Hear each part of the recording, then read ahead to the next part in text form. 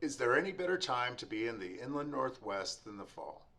Autumn colors, crisp air, and the return of some of our favorite customs bring out the best our region has to offer. This year has been kinder to the inland Northwest economy than expected. The labor market has remained strong.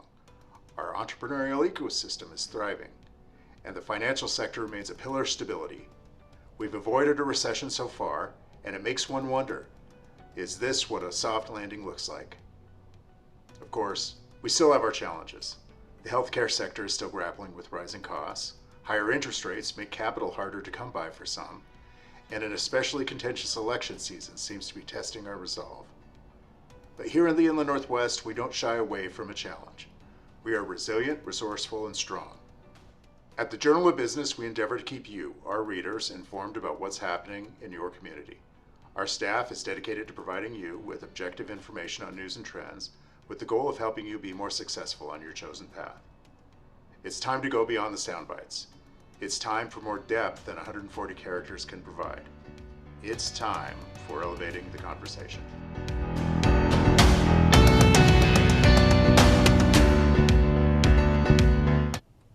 Well, good afternoon and welcome again to Elevating the Conversation.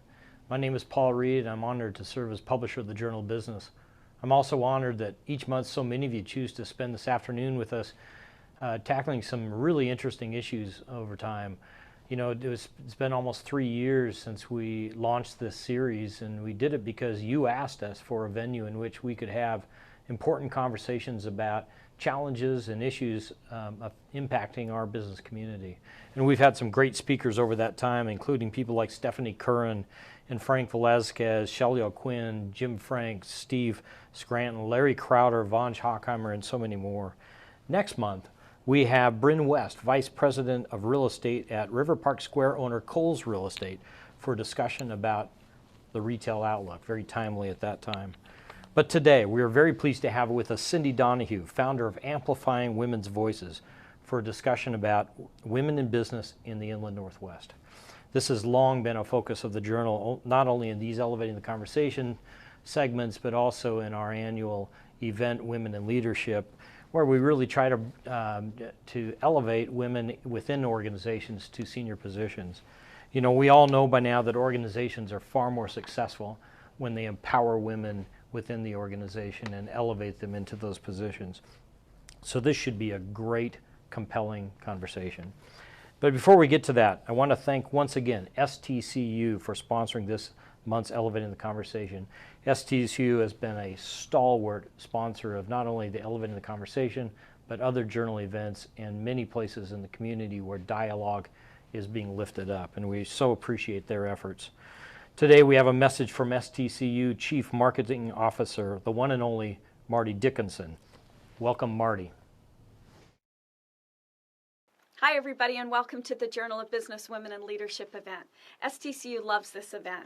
We were founded in 1934 by 10 teachers, and of the 10 who signed the Articles of Incorporation, 9 of them were women.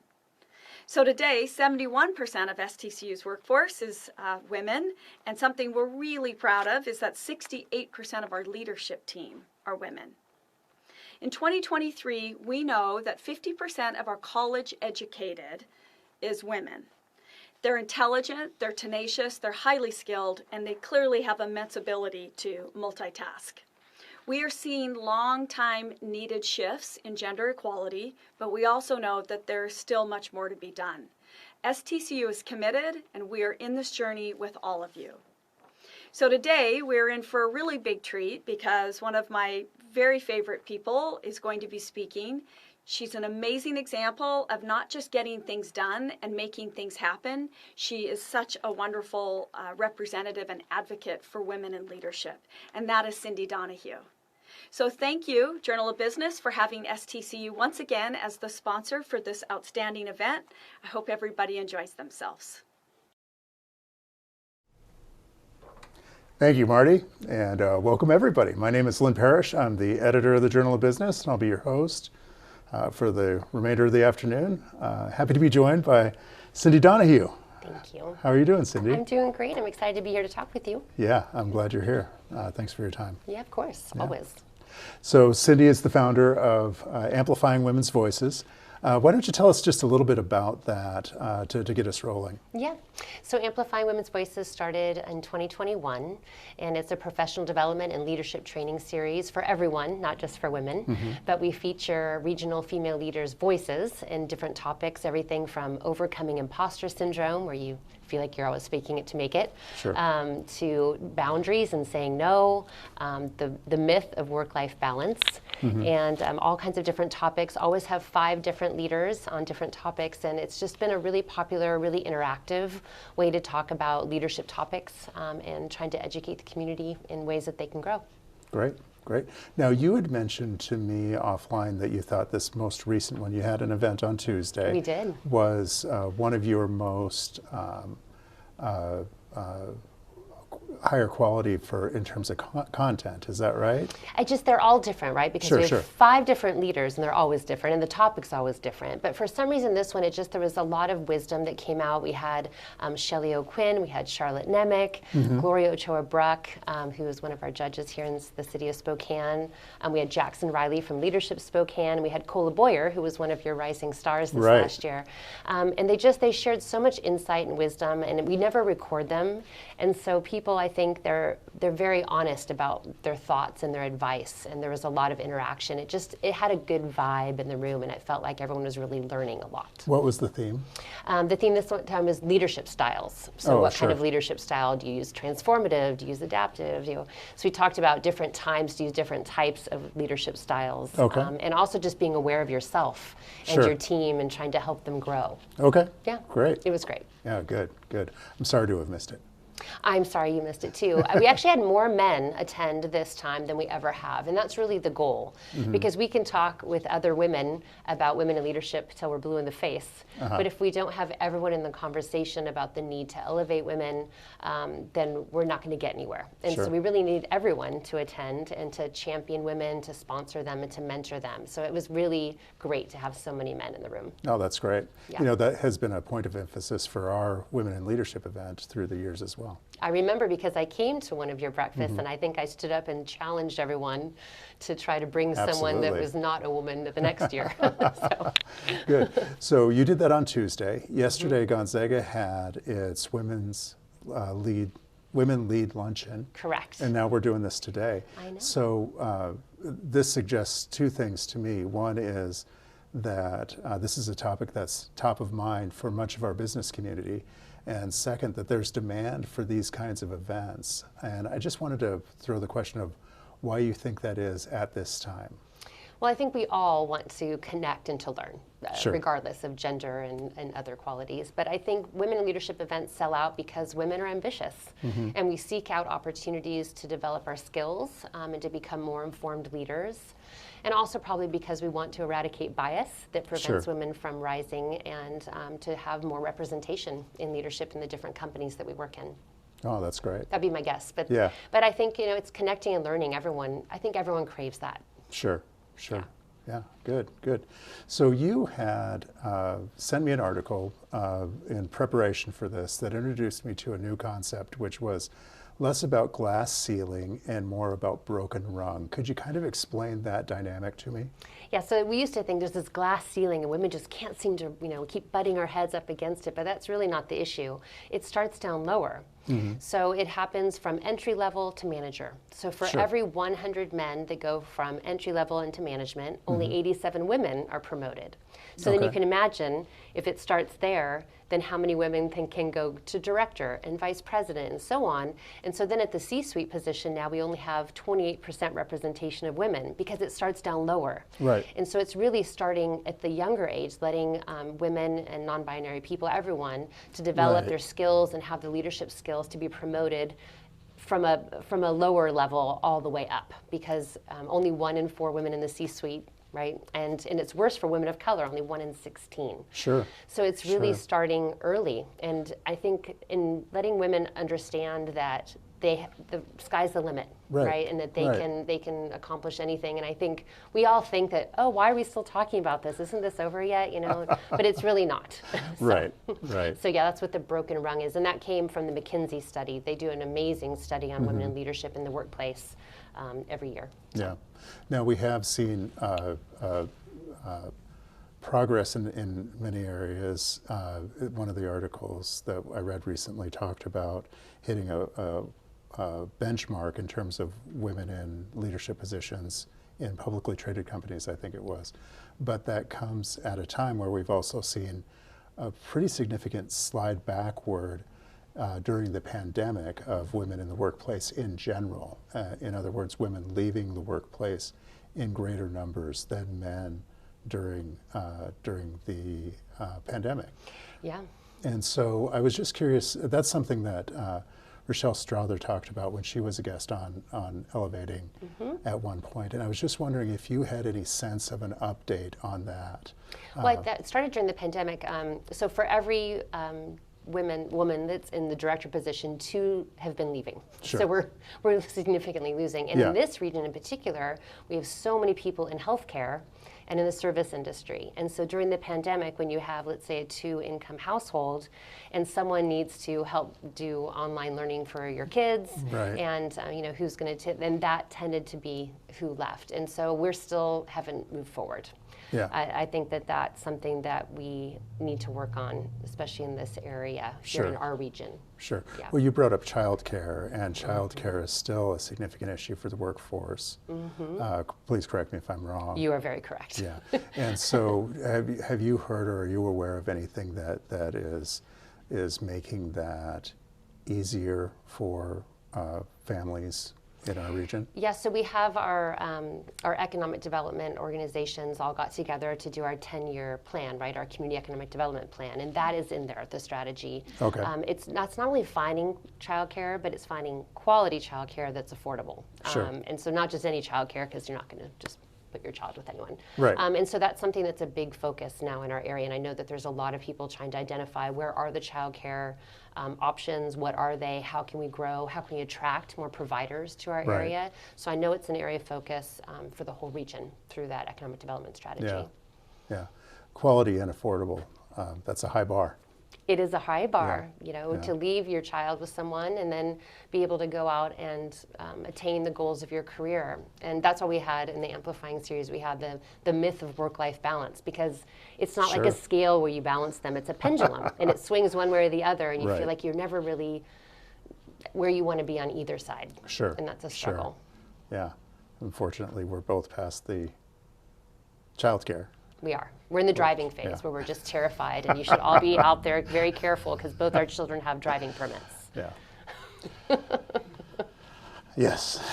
Yeah. So, of course, I have more questions for Cyndi, but please, at any time during our conversation, type in any questions you might have for her. After we finish our conversation in another, 10, 15, 20 minutes, we'll ask her some of your questions. So, fair enough? Fair enough. Yeah. Whatever you want. Good. It's your Good. show. Allegedly, yeah.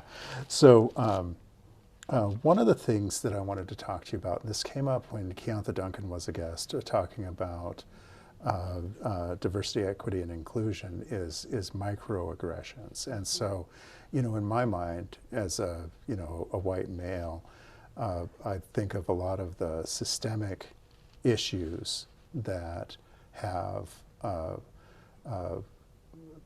limited women in the past seem to be less of a focus or removed, but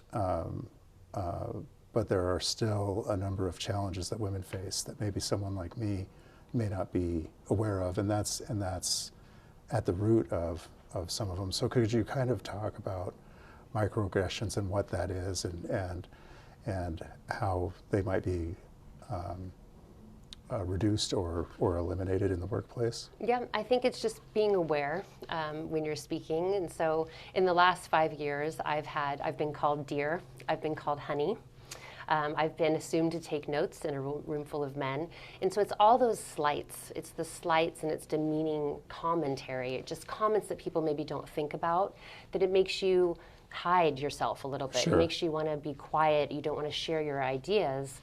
And then when that happens, then you're not getting the full benefit of your whole team Right. for your company, because people just start to shrink back and they don't feel psychologically safe Sure. because they feel like someone will say something demeaning. And I hear it all the time. Right. And so I think it's just being aware of that you don't really understand the idea of you can be in someone's shoes. We talked about this at Women Sure. Lead yesterday. You can't really be in someone's shoes, but Right. you can try to understand someone's point of view. You can talk to people with a different life, a different point of view from you, Right. to learn and understand what they go through, so you can become more aware of the things that you say, because we all have our point of view where we came from.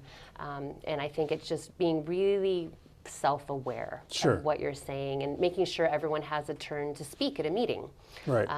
Our dean at Gonzaga School of Leadership Studies, he turned on this amazing and slightly frightening AI, where it can keep track in your meeting of who speaks the most, who didn't speak, what words were used. And so you can even use those kind of tools if you wanted to go that far, to just be aware of what's going on in your meetings and your conversations. You Yeah. just might not even know. You just don't think about it Sure. from your point of view. Sure. But someone else in the meeting might have felt slighted and then suddenly become very quiet. So in general, would you talk about microaggressions? Are they generally unintentional, or is there malice to? Like, for example, if someone calls you honey in a meeting, do you think that person is trying to demean you, or is that just No, yeah. I think it's unintentional. And I don't mean to bring up that point to reduce the significance of it. I'm curious about if intent comes into that conversation. And that didn't happen in a meeting, just so you know. Yeah, but, sure. But I don't think it's intended. I think it's just history. It's just habits that we have, verbal habits that we have, and it's just not really thinking like, well, this person, I want to empower this person. I want to lift this person up. I don't want to say anything that makes them feel less than who they can become and who they are. Sure. And it happens a lot to Asian women in particular, Oh. the LGBTQ plus community, Sure. Women of color. It's interesting if you look at the McKinsey study. It happens often. It happens more often than you'd think. I think it's just being aware, especially in meetings. If you don't hear someone speaking up, maybe giving them a turn.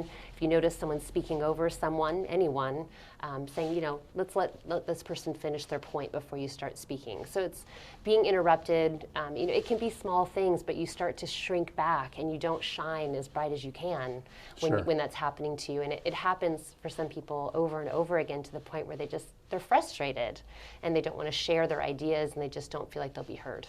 Right. Right. Yeah. Yeah. So, are there any other examples of dynamics like that in the workplace that may not be on people's radars? I would think one thing I was thinking about yesterday, and this came up again at Women Lead, is how you write your job description. Oh, Not okay. something. So everyone Sure, wants to that's attract more fascinating. women and more people of color, and they want to have more diversity in their organization. But it really starts there, because women will only apply to a position if they have 99% of the qualifications listed, whereas men will apply at 65%. And there's certain key words you really have to be aware of in the job description in who you're going to attract. So I think it starts pretty far back if you really think about diversity, equity, inclusion from an HR perspective, thinking about what are you saying in your job description that would attract someone that would feel like, hey, this is somewhere that I'll be welcome and I can thrive. Sure. That's interesting. Uh, I don't know if this translates or if this is a little too far off topic, but I do remember one of the best employees I ever had applied for the job. I contacted her. She didn't respond. And then I contacted her again, and during her interview, she was fantastic. And at the end of the interview, I said, "Why didn't you respond?" And she said, "I didn't think I had a chance of getting the job." And it was just fascinating. It was I'm calling you. Why wouldn't you think you had a chance at the job? Yeah, confidence is a big problem as well. There are lots of different talks about confidence for women and feeling like we can speak up, that we can negotiate well, instead of being fearful of negotiating and holding our boundaries and standing our ground. Sure. That's why I was saying that women seek out these women in leadership events and Right. this personal development and professional growth opportunities, so that they have the confidence, that they have the skills, that they can walk into a job interview and be like, Lynn's going to hire me. Yeah. And he knows that he should, and I know that he should. Right, right. Fantastic. That's the difference. So what's on your radar for future subjects for either amplifying women's voices or other initiatives that you're involved in? Always something new, right? Yeah. So I would say for Amplifying next year, I would love to focus on emotional intelligence, EQ. That came up quite a few times. Would be a top topic. Conflict resolution. Yeah. Having Sign me difficult up. conversations. Yeah. Me too. Yeah. So a lot of these topics, they actually come out of things that I need to grow in and I need to learn. And so, and a lot of times they come out of suggestions from other people as Sure. well. So that's on the radar. And then now I'm the Director of Leadership Training and Development at Gonzaga Congratulations. University. Thank you. Yeah. It's my dream job, so I'm very Fantastic. excited about it.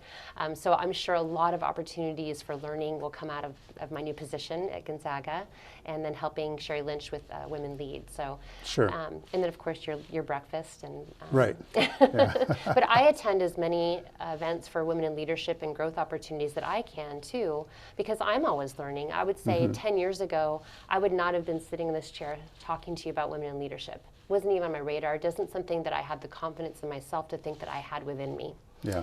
And so I think that we're always growing, we're always evolving.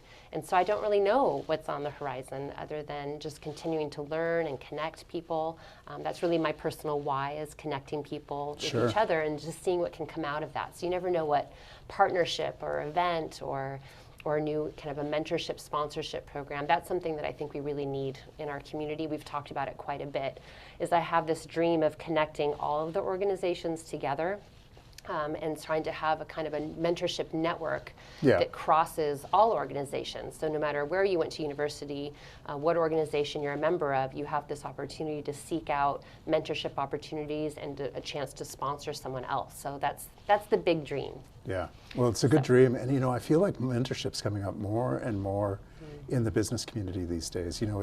It's a key point, and we have a little, or not a little, we have our editorial this time is about Launch Northwest and how important the mentorship component of that is to its success. And so I just feel like that's going to be a topic that's going to be become more prevalent over the coming years.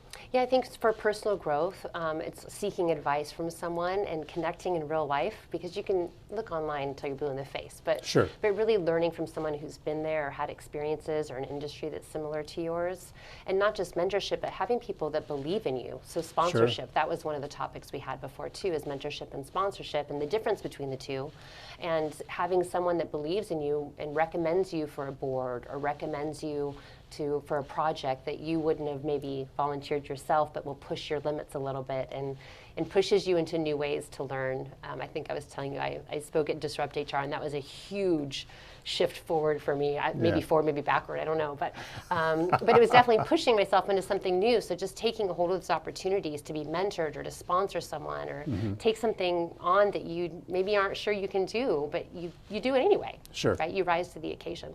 Sure. One thing I want to close with before we get to other people's questions is measuring progress in this area. And so I've kind of talked to a number of women in the community about the idea that you can't really look at individual hirings or positions as a measure. It's a moving target, So we just saw Heather Rosenstrater named president at Vista, first president in the company's first female president in the company's 134-year history. Big win. Big win. And she's an amazing person. Yeah. And then you look at our elected leaders. Almost at every level, there's representation. And so I wonder, do you have any sense of how to measure progress in that area? Well, the McKinsey study that comes out every year, Sure. I mean, I don't know about locally, Right. but we could collect maybe similar data somehow here. But Alicia Benson, the CEO of GSI, and I had this conversation, which is that we tend to trade out. So, right, so Heather has become Vista has moved up, but then we'll lose a superintendent of schools, right? Or Sure. Or we'll have a new CEO visit Spokane that's a woman or a person of color, whatever it is, and then we'll lose one. So are Sure. we really gaining, or are we just trading? And it would be nice to keep track of. The Journal of Business is welcome to start that data for us. But who's going to collect that data of different positions? Well, and is that really an indicative of? I mean, it would have to be pretty macro to be a true indicator, because I'm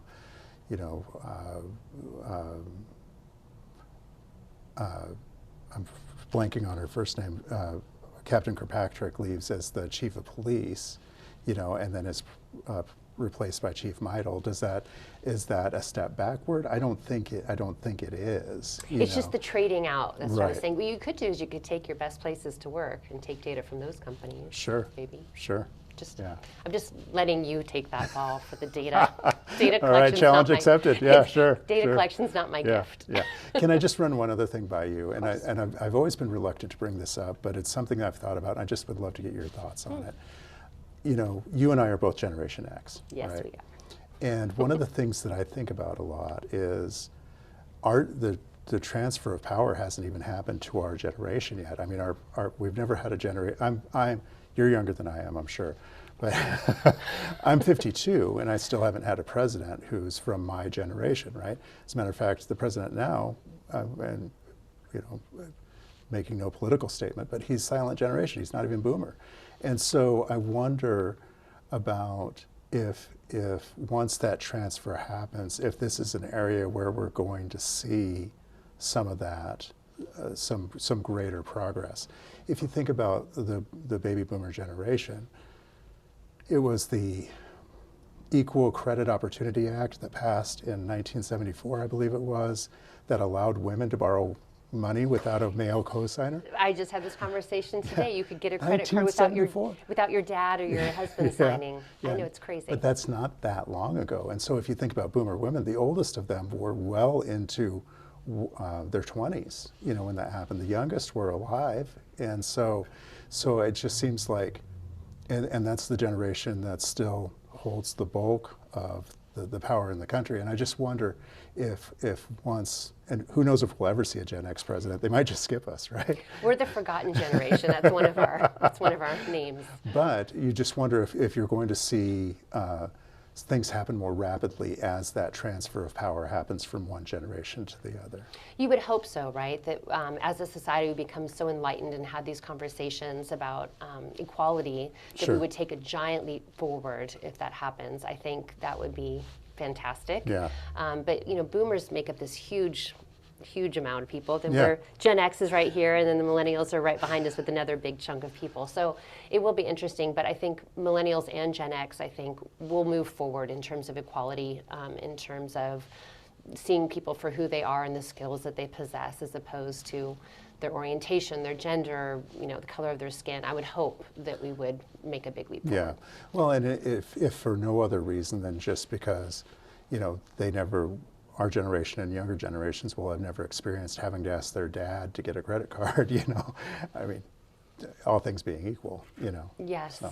Maybe I should have asked my dad before I got a credit card. No. Yeah. Well, let's see if anybody has any questions.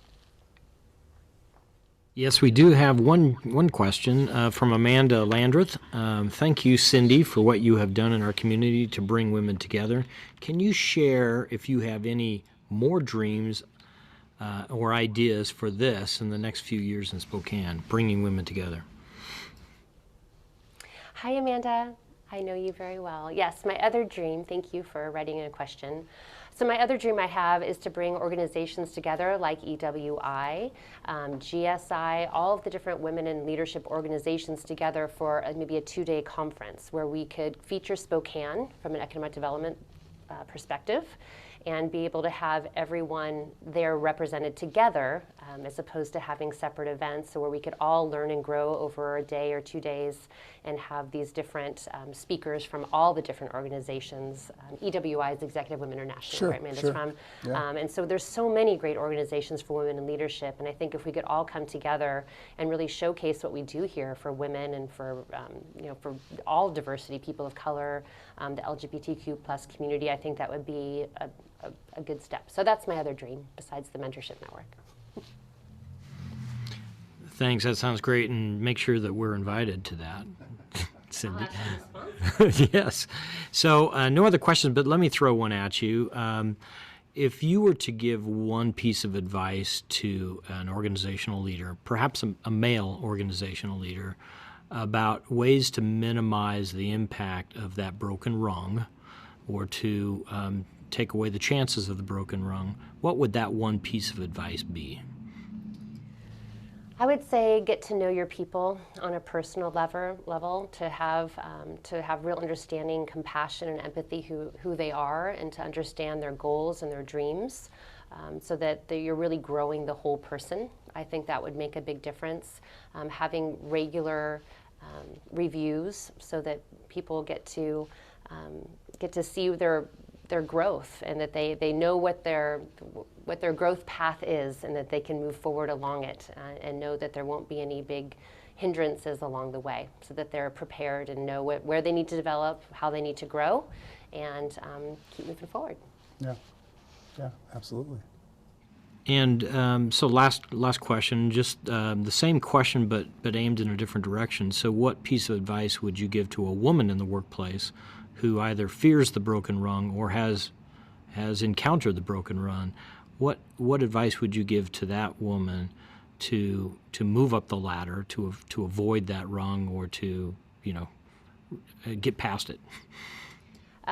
Find confidence in yourself, speak up, keep growing and learning, and know that you're not alone, and seeking out mentors, seeking out people that will sponsor you, really connect yourself with others so that you can grow and continue to move up the ladder and skip the broken rung and move up faster. Fantastic stuff, Cyndi. Thank you very much. Thank you. I really appreciate you being here today. Good to see you as always. Always good to see you. Yeah. Thank you for having me. Yeah, well, and thank you for joining us this afternoon. Special thanks to STCU for sponsoring us this month. Please join us in November. It's coming up here quick, when we have Bryn West, who will talk to us about the retail outlook. I don't think you want to miss that one. Have a good evening, and we'll look for you soon. Thanks.